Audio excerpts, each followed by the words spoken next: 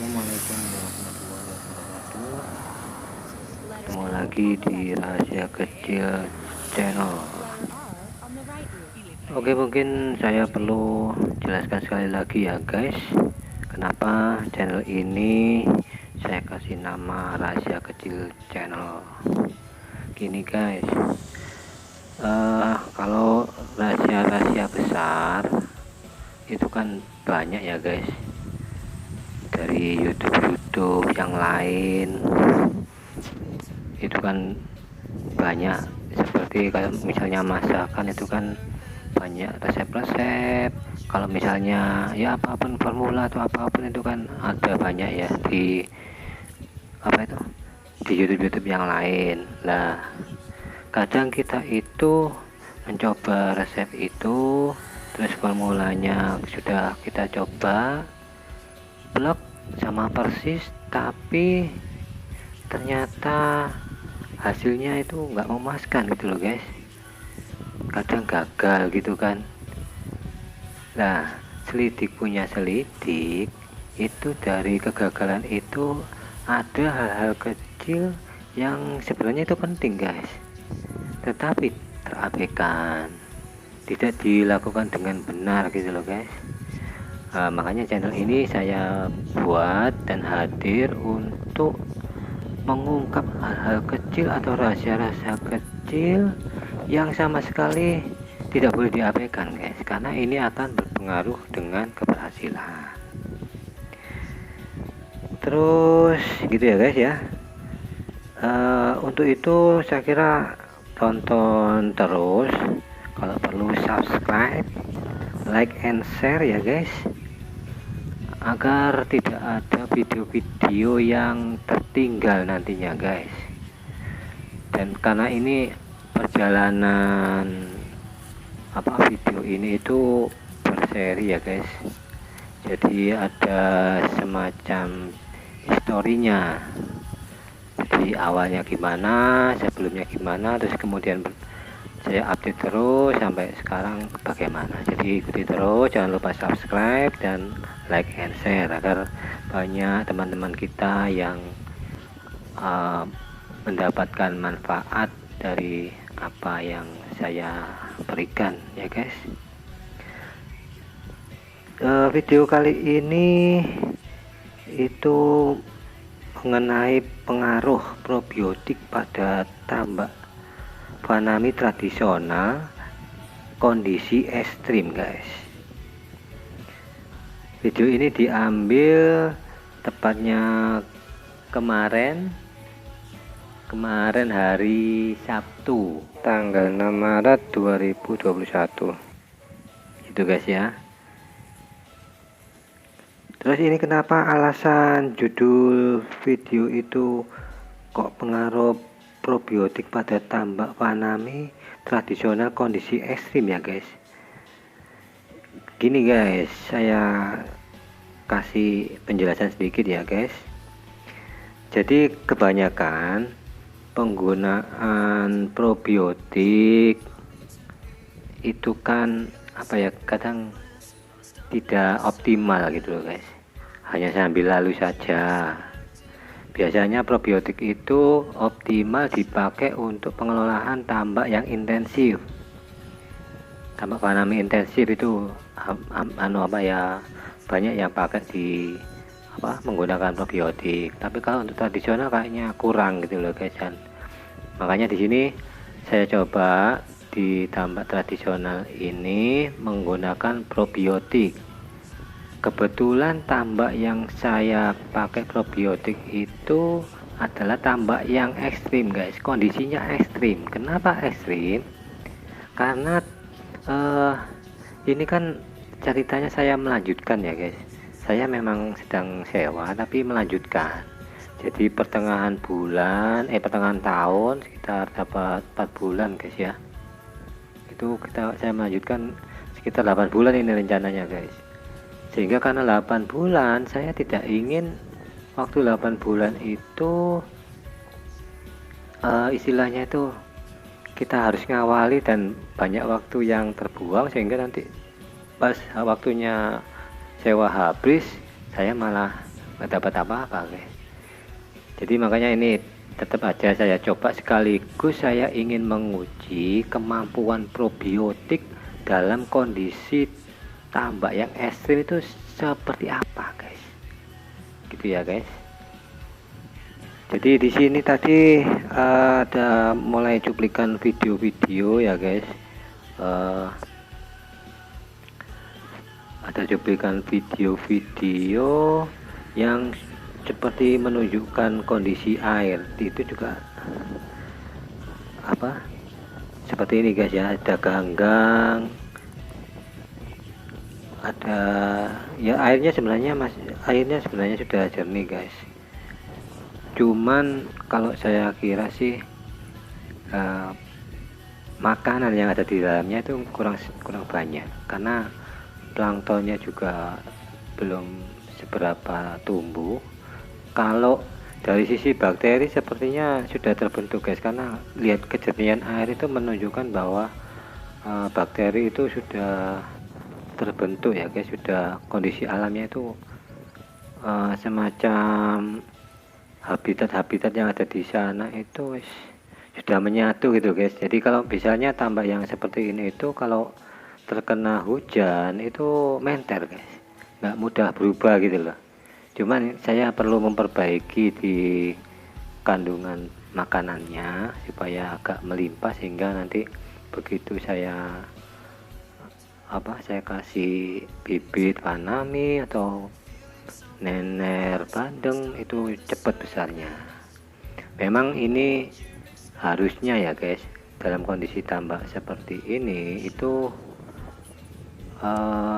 yang lebih pas itu tidak tebar benur guys, tapi pakai gelondongan. Jadi panami yang sudah besar atau bandeng yang agak-agak besar lah, yang berumur sebulan atau apa, itu biasanya lebih cepat. Karena kalau lewat atau ngawali kita pakai benur atau nenek kan biasanya kalau kondisi air yang sudah simbiosisnya sudah tercipta itu kan banyak hewan-hewan lain ya guys. Jadi takutnya nanti malah banyak yang ini SR-nya jadi rendah karena dimakan gitu. Kalau di dalam tanaman itu biasanya ini kayak gulma gitu loh guys. Jadi kayak hewan-hewan atau tumbuhan-tumbuhan yang tidak kita inginkan gitu, bukan yang kita budidayakan gitu loh. Dan itu akan berakibat nanti turunnya di SR kalau sebenarnya. Tapi ini tetap saya coba ya guys, ini tujuannya juga meneliti ya guys.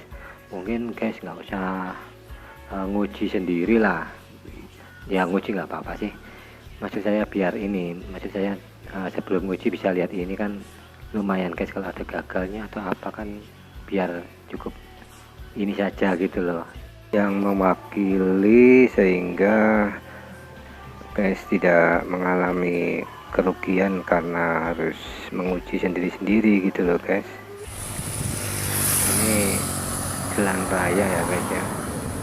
Saya begitu turun kemudian ada kali guys, tapi kalinya ini agak tersumbat gitu loh, banyak sampah-sampah.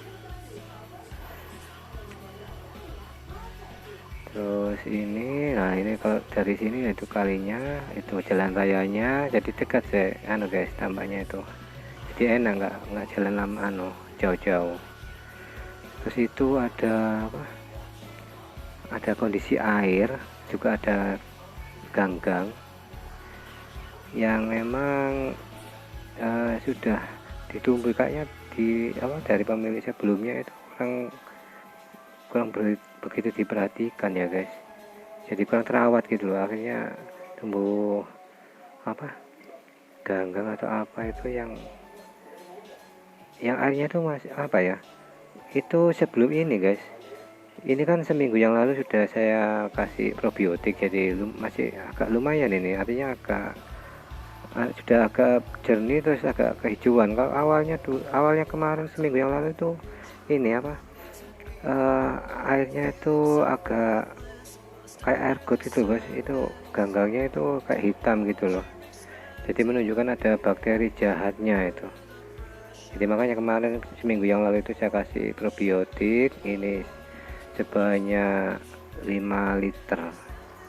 Jadi 5 liter itu sekitar 7 ppm guys, karena satu petak ini kan 20 ya, lebarnya 20, panjangnya 35, mungkin kedalamannya sekitar 1 meter, jadi 700 meter kubik.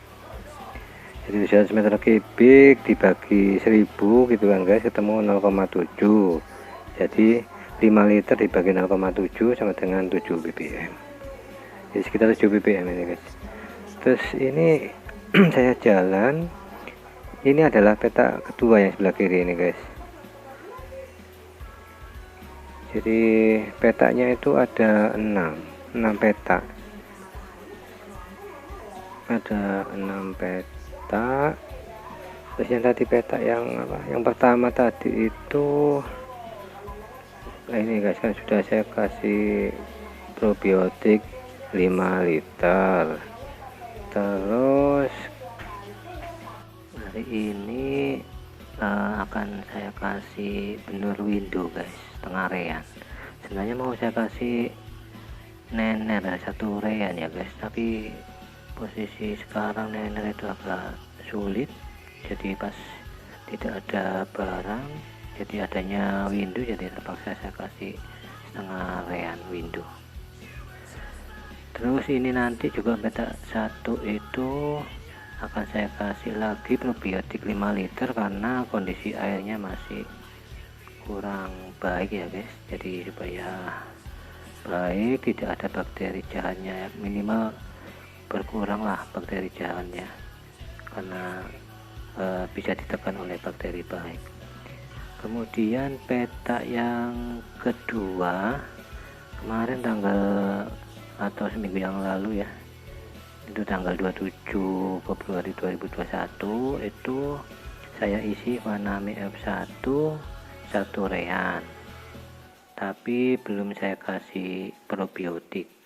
Dan hari ini rencananya akan saya kasih probiotik sebanyak 3 liter atau sekitar 4 ppm. Petak ketiga tanggal 27 Februari 2021 minggu lalu, itu juga saya kasih Vanami F1 1 rean, belum saya kasih probiotik. Terus hari ini nanti saya kasih probiotik sekitar 3 liter. Kemudian petak yang keempat tanggal 27 Februari 2021 itu saya kasih Vanami lokal guys 2 rean, belum saya kasih probiotik. Nanti rencananya hari ini saya kasih probiotik sebanyak 5 liter. Kemudian petak yang kelima tanggal 27 kemarin saya kasih Vanami F1 1 rean, nenernya juga saya kasih setengah rean, tapi belum saya kasih probiotik. Jadi rencananya hari ini akan saya kasih probiotik 5 liter. Kemudian yang petak yang ke-6 itu tanggal 27 atau minggu lalu, seminggu yang lalu itu saya kasih F1 1 rean, nenernya setengah rean, probiotik 5 liter. Terus hari ini rencananya akan saya tambah lagi probiotik 3 liter. Oke guys, saya rasa cukup ya guys untuk edisi kali ini. Mungkin nanti bisa dilanjut di part yang kedua, biar ini nggak terlalu lama durasinya ya guys. Saya bisa saya akhiri, kurang lebihnya saya mohon maaf. Akhir kata, wassalamualaikum warahmatullahi wabarakatuh.